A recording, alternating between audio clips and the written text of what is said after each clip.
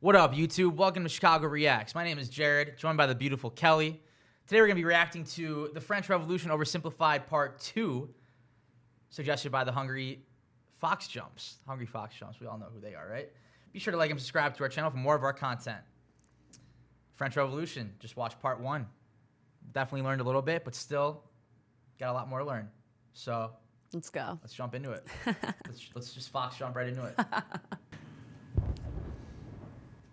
King Louis and his family were now in the Tuileries Palace in Paris, where for the next couple of years, he watched as the revolutionary government began to strip away his power. And fearing for his safety, he had to stay on their good side. Hey, look who it is. It's my favorite revolutionaries. Yep, I'm your #1 fan. What can I do for you?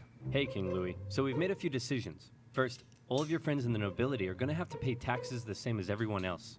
Great idea. I love it. And as a side note, the tax money can no longer pay for all your lavish parties. Great. I hate those parties. They're so awkward.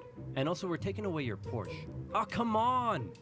I mean, yay. The king continually found demand after demand being made of him to prove his support for the revolution. On one occasion, a mob would invade the palace and demand he wear the revolutionary bonnet. This is the face of a man who is definitely pretending he wants to wear that bonnet. Now around here, I want to mention that one thing King Louis had a problem with was people constantly raiding his palace. But one thing he didn't have a problem with was raiding noobs on this video's sponsor, Raid Shadow Legends. Raid Shadow Legends is a brand new collection RPG game with amazing 3D graphics, an awesome storyline, and giant boss fights, all free to play on your phone.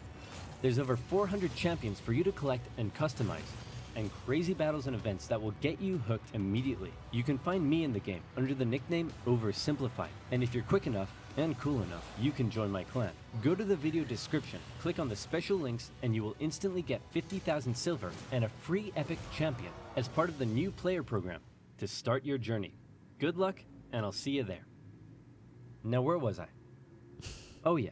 Seeing the situation rapidly turning against him, the king decided it might be a good idea to leave France and mount a campaign to reset his country from abroad. Luckily for him, he was married to an Austrian. So on the night of June 20th, 1791, the king and his family disguised themselves as servants and attempted to flee to the Austrian Netherlands. The royal carriage made a stop in the town of Varennes, and the postmaster there was like, "Hey guys, what's up? Where are you off to? We are but a collection of inconspicuous servants heading for the border for no particular reason at all." Say, you, the fat one, you look kind of familiar. Aren't you the king? Nope. Let me see your passport. It says here you're King Louis the 16th. Nope. Not me. Nope. No, sir. Take him away, boys. The king was promptly returned to Paris. No way. But now, the jig was up. His lack of support for the revolution was clear to all, and many considered him a straight-up traitor who tried to abandon his people. As a result, the new constitution of 1791 I get it. completely reduced his powers to that of a simple figurehead, a constitutional monarch. The drawing. However, radicals, such as those in the Jacobin Club, were outraged that the king wasn't to be removed entirely. So a month later, these radicals staged a protest on the Champ de Mars, calling for the king's removal. The government of Paris feared an insurrection was mounting, and they sent the military to disperse the crowd. The confrontation escalated and resulted in the Revolutionary National Guard firing on a crowd of revolutionaries. It was a massacre. The incident exposed a deep division within the Brotherhood of the Revolution. On one side, the moderates who wanted to keep the king as a figurehead. On the other, radicals who wanted to see the king deposed and heads roll. In the wake of the massacre, these radicals received a wave of support. And speaking of rolling heads, one form of equality the revolution introduced was equality in execution. This meant no more torturous drawing and quartering, no more inhumane hanging. They wanted all criminals, regardless of economic status, to receive the same penalty, a quick and painless one. Luckily, a man by the name of Dr. Joseph Guillotine had an idea. A heavy blade that falls like thunder. The head flies off, like spurs, and the man is no more. The guillotine, otherwise known as the National Razor. The guillotine made its debut in 1791 as the new form of execution. The writings of Marat and others continued to call for the execution of anyone suspected of working against the revolution. This included some members South of the Park clergy vibes and nobility again. who previously benefited from the cruel system of inequality that existed before the revolution. In many parts of the countryside, local lords had found themselves become a target. "Sire, the peasants, they're revolting." Oh, come on, that's a bit harsh. Sure, they smell a bit, but I wouldn't say they're revolting. Oh, yes, I see what you mean. Increasingly, everyone's these French just killing each aristocrats other over began there. fleeing France to find solitude in other parts of Europe. And once again, fear began to take hold. The privileged classes of these foreign nations didn't like what they were seeing because they feared revolutionary ideas may spread to their own lands. The National Assembly, actually now the Legislative Assembly, feared that these nations may decide to attack. Then why don't we attack them first? No, you idiots, we are definitely not ready for war yet. Did somebody say something? France declared war on Austria in April 1792 and immediately got pummeled. It also didn't help that Austria's ally, Prussia, joined in the fighting. The Prussian Duke of Brunswick posted a letter warning the revolutionaries that if anything happened to the king, he would burn Paris to the ground. The Duke's letter proved to be a massive success in inspiring the people of Paris to do the exact opposite of what he intended. They were enraged by the threat, and on the 10th of August 1792, the tension in the city exploded, and a mob stormed the king's palace. Fighting broke out between the revolutionaries and the king's Swiss guard, with casualties in the hundreds. King Louis fled and took refuge in the chamber of the Legislative Assembly, where Robespierre and his radical Jacobins were gaining ever more power. Given the developing situation, the chamber decided to hold a vote, and in what some considered to be a second revolution, it was decided to suspend the monarchy entirely. King Louis XVI was now just plain old Louis, and he was sent to a prison cell where an eye could be kept on him.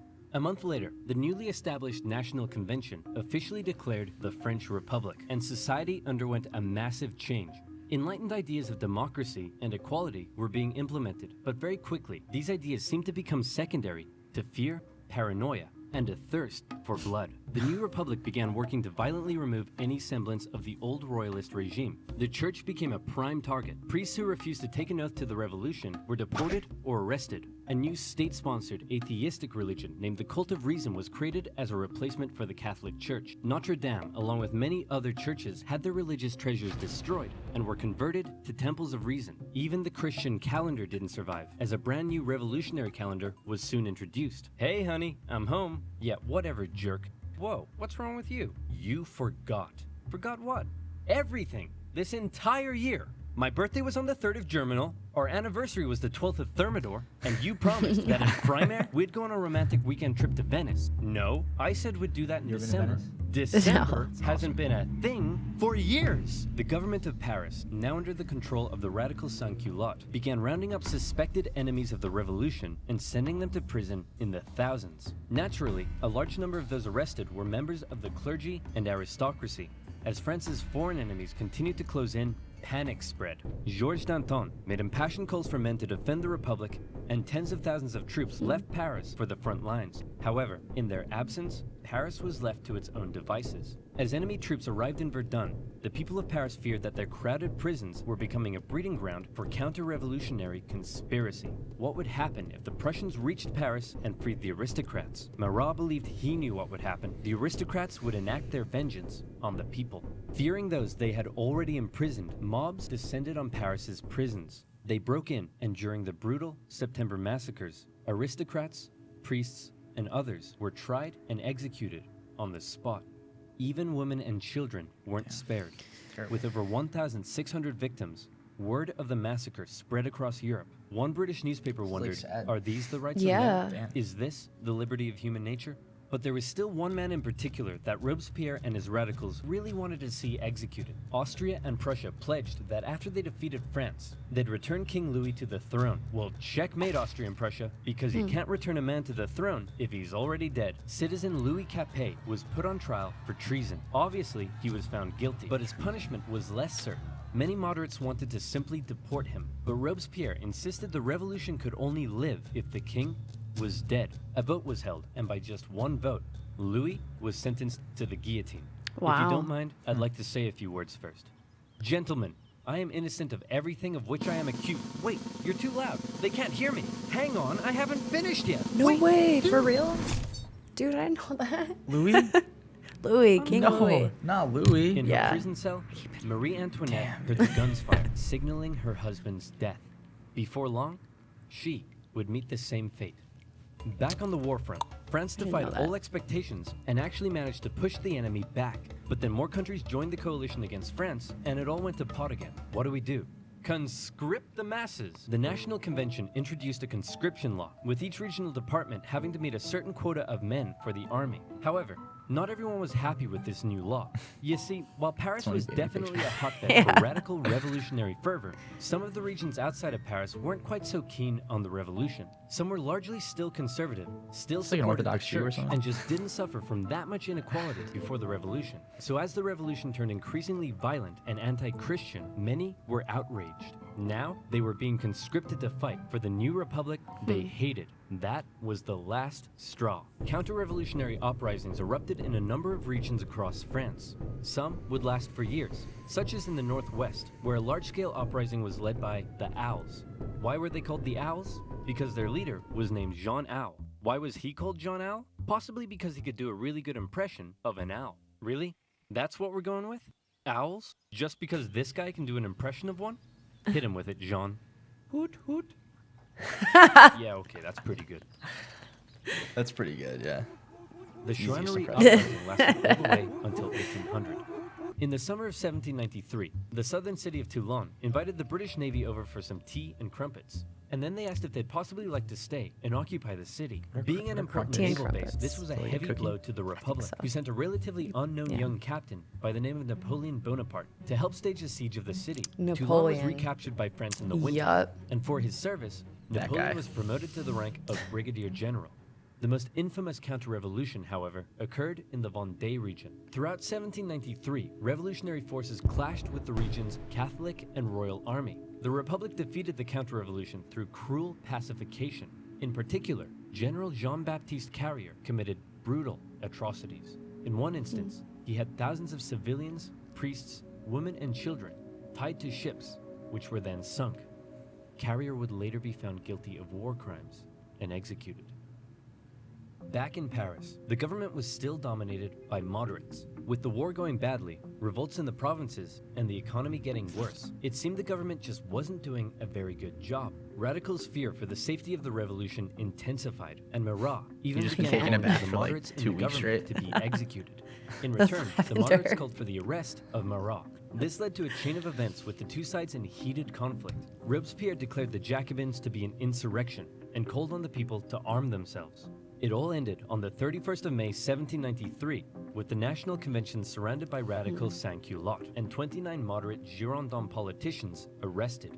From this moment on, the moderates ceased to be a political force. Robespierre and his radicals would be in almost total control of the government. And this brings us to the story of a woman named Charlotte Corday. Charlotte lived in the northwest city of Caen, and like many in the area, was horrified at the rapid radicalization and increasing violence of the revolution. And the man she blamed more than anyone was Jean-Paul Marat. She wanted to bring peace back to France, and so she did something drastic. She traveled to Paris and told Marat she had a list of enemies for him to publish in his paper. Marat eagerly invited her in for a meeting. So where's that list of enemies you promised me? Here it is. Wait a minute. This isn't a list of enemies. It just says, yippee-ki-yay, mother... And just like that, Marat No was way. nowhere. Wow. Charlotte Oh, was shit, quickly yeah, she got in the arrested bathtub. and sent to the guillotine. Her dream of restoring peace, however, Dude, people were died with her. reckless. Yeah. Marat became a martyr. In temples of reason, Oh, symbols shit. of the dead Marat became the new crucifix. In death, he became an even more powerful inspiration for the Looks extreme like a levels Jedi. of violence that were Yeah. about to rip throughout the new republic. That's right, here comes the Reign of Terror. If you thought this revolution already sounds pretty violent, well, you ain't seen nothing yet, son. The radicals were now Cute. in control, and they believed not only was France surrounded by foreign enemies, but that within the masses, there were also plenty of internal ones too. Individuals not loyal to the revolution, conspiring to bring about its downfall. Robespierre and the rest of the radical faction were having none of it. A new committee of public safety was established with 12 members. Its purpose was to protect the new French Republic from its enemies, and it basically became a 12-man dictatorship with Robespierre as its leading voice. The Revolutionary Tribunal was also reinstated, a special court created to streamline the process of trying suspected enemies and handing out their death sentences. With these two new institutions, Robespierre wanted to scare France's enemies straight. In September 1793, it was announced that terror would be the order of the day. In other words, fear had become official government policy. And from then onwards, we enter into the period known as the Reign of Terror. Spies and secret police were everywhere and watched the people closely. France's public had to be extremely careful what they said and how they behaved. Obviously, criticizing this new system, or the government, would quickly have you sent off to the guillotine. But that's not all. Even the most minor offense could have you tried before the Revolutionary Tribunal. Hello, Citizen Martin. Hello, Monsieur Dubois. Monsieur? Did I just hear you say monsieur? That's the old style of address, my friend. To the guillotine! You know what? I didn't like him, but I do feel kind of bad for the king and his family. Oof, expressing sympathy for the royal family, are we? To the guillotine! 12 sous for a loaf of bread? That's way overpriced. No sou for you. To the guillotine! Man, this To the bread line is guillotine. taking forever. To the guillotine! And you look like you're thinking anti-revolutionary Ruthless thoughts. with the guillotine. To the guillotine. Max, we're sending way No. too many people to the guillotine. To the guillotine! Chop, chop, chop, chop, chop, chop, No. chop. It was insane. This is All for across real. France, about 40,000 people were killed for suspected crimes against liberty. Let's say your neighbor won't stop mowing the lawn at 7 in the morning. Well, then all you gotta do is tell the government they've been talking smack about the revolution. And there's a good chance they'll end up in front of the Revolutionary Tribunal. Maybe they'll even be executed, taking a metaphorical load off your shoulders and a literal one off theirs. Imagine. The most prominent victim of the Reign of Terror The 1700s are reckless. I just want to say. No, for real. was a certain Marie Antoinette, who was finally tried and found guilty of treason in 1793. She expected she'd be brought to the guillotine in a royal carriage. Fit for a queen, all the Republic could provide for her, however, was a wooden tumbril. At 37 years old, the most hated woman in French history met her end on the 16th of October, 1793. Robespierre had saved the revolution through terror. Internal dissent was being suppressed. The food situation was no longer quite as bad. Even the French military had got its act together again and pummeled the Allies at the Battle of Fleurus. For Danton and his followers, the time was right to try to normalize the French Republic. Hey Robespierre, so we were thinking that since things are finally going better, maybe we should rein in the terror. And while we're on it, we could possibly start taking it easier on the church, and also try to end this costly war. To the guillotine. Oh my goodness. For lack of a better term, I can't believe You that. just can't say anything. to Could this you guy. imagine that? creating what he called a bit mental. Republic of Virtue. And for him, this meant amping up the bloodshed even more. Throughout the spring and summer of 1794, executions reached an unprecedented level during a period known as the Great Terror. Even those closest to him found their way to the guillotine if they dared oppose his ideas and actions, and he began alienating himself from the rest of the convention. He created a new deistic religion called the Cult of the Supreme Being, along with the new annual Festival of the Supreme Being. Man, I think Robespierre is really starting to lose it. He thinks he's a god or something. Nonsense. Sure, he's gone a little extreme, but he doesn't think he's a god. My children, bathe your immortal souls in the virtue of my republic. Okay, yeah, he's completely lost it. Robespierre's ultimate mistake, however, came on July 26th Oh, you're when just he not made a speech noticing. to the National Convention in which To he the said guillotine. this, I To the have in my guillotine. hand a brand new list of enemies It's to be not sent to the funny. guillotine. It's And actually many of fucked up, you yeah. are I on mean, this list, but I'm not going to tell messed you up. who It is yet. messed up. What do you think of that? I think we should send Robespierre to the guillotine first. All in favor? I agree. No. 2 days later, Robespierre became the final victim of the monstrous terror See you, and bud. paranoia he had created. You had a good run. Many historical accounts of the revolution end here with the death of Robespierre and his terror. But the revolution officially Robespierre. continued for another 5 years until 1799. So what happened between now and then? Well, after the fall of Robespierre, a more moderate political group called the Thermidorians took control of the convention. They wanted to restore stability to the government. Now, Robespierre's allies and other radicals who had fueled the terror themselves became the target of political suppression. Bourgeois street fighters took on the radical sans-culottes in the streets during a period named the White Terror. In 1795, the Thermidorians drafted a new constitution and created a government called the Directory, with the purpose of preventing power from being able to fall into the hands of a single individual again. As this new government was being established, royalists who wanted to bring the monarchy back to France saw this moment as an opportunity to strike. They staged an insurrection in Paris and battled with the National Guard in the streets. Luckily, one Napoleon Bonaparte happened to be in Paris at the time, and he took control of the situation, firing on the crowd and putting down the insurrection. From this moment on, the people of Paris would never again be able to stage a popular uprising and lost their control over the revolution. For his actions, Napoleon became a general and was sent to take control of the French armies in Italy. The new Directory remained a fairly ineffective government for the remainder of the revolution. It was plagued with corruption and struggled to keep the economy afloat, and as a result, wasn't very popular. For the people of France, with the strict social customs of both royalist France and the terror gone, they didn't really know what to do with themselves. Men no longer removed their hats when talking to women. Hey, Different Vivi. classes began intermingling, and a publication began circulating that looked a lot like a modern dating app. It was social anarchy. Outside of France, the war continued. In 1795, France took the Netherlands, where they set up a puppet state. Then they negotiated both Prussia and Spain out of the war.